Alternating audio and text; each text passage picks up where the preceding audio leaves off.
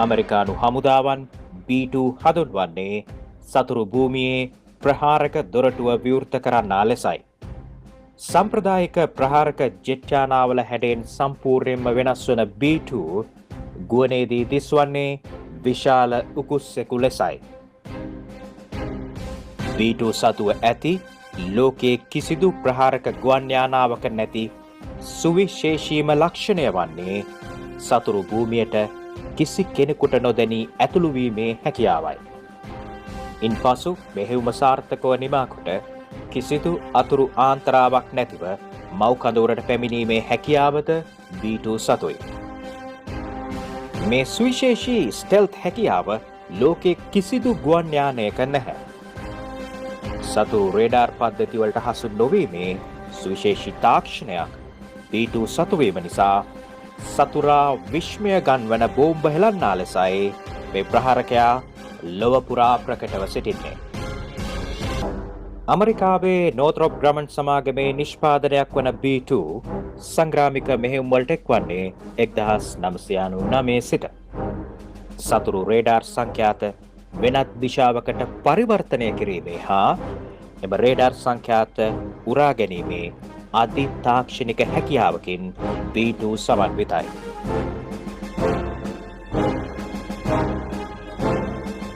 බහුවිධ ඉලක්ක 16කට එකවර පහර දිය හැකි B2 බෝම්බ ටොන් 20ක් සිය බදෙහි ඇති රාක්කවල අසුරාගෙන යනවා. ඊටාම නිවරදිව උපරිමය මීටරයක වෙනසකට යටත්ව බෝම්බ පතිත කොට සතුරාට දරුණුතම හානිය ගෙන දීමට B2 අධි සංග්‍රාමික ප්‍රහාරක ජෙට් යානාව සමත් වෙනවා.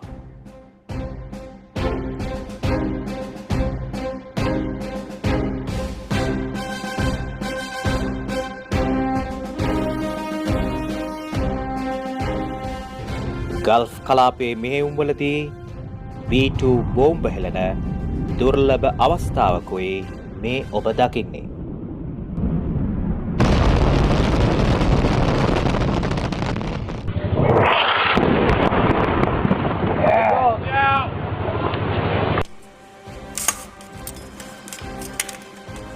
JDAM වර්ගයේ ස්මාර්ට් බෝම්බ පද්ධතියක් B2 සතු නිසා ඉලක්කපත් කඳවුර තුලදීම යානාවේ පරිගණක පද්ධතියට ඇතුළු කළ හැකි.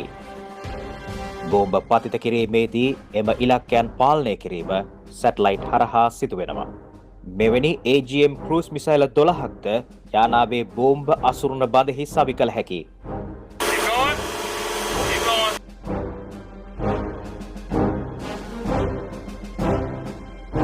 මීට අමතරව විවිධ වර්ගයේ ප්‍රහාරක හැකියාවන්ගෙන් B2 සන්නද්ධ කළ හැකි.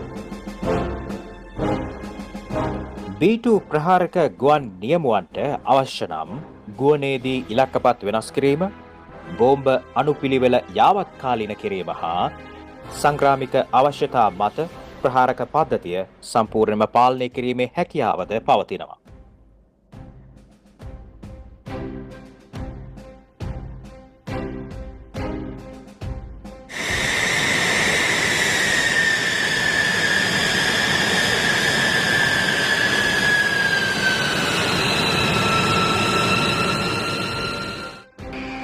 සාමාන්‍ය ප්‍රහාරක ජෙට් යානා හා B2 ඇතුළු ස්ටෙල්ත් වර්ගයේ ප්‍රහාරක යානා අතර ඇති අනෙක් ප්‍රධාන වෙනස වන්නේ රැගෙන යන කිසිදු බෝම්බයක් හෝ අවියක් පිටතට දර්ශනය නොවීමයි.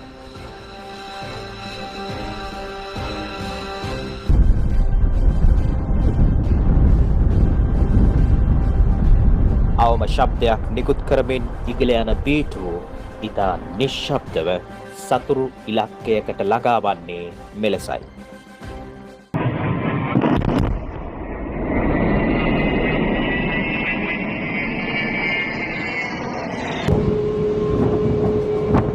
පැය 44ක කාලයක් එක දිගට ගුවනේ රැඳී සිටීමේ හැකියාව මේ අති සංග්‍රාමික ප්‍රහාරකයා සතුයි.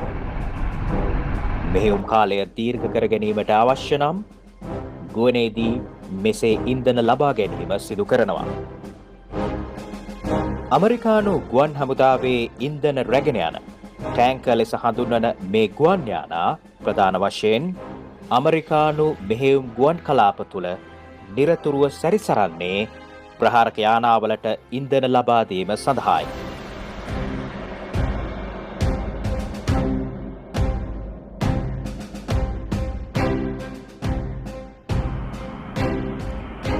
මෙහෙයුම් නිමා කර B2 ප්‍රහාරකයින් මෙසේ පැමිණෙන්නේ සිය මව්කඳවර වූ ඇමරිකාවේ මිසූරි ප්‍රාන්තයේ පිහිටි වයිට්මන් ගුවන් හමුදා කඳවුරට.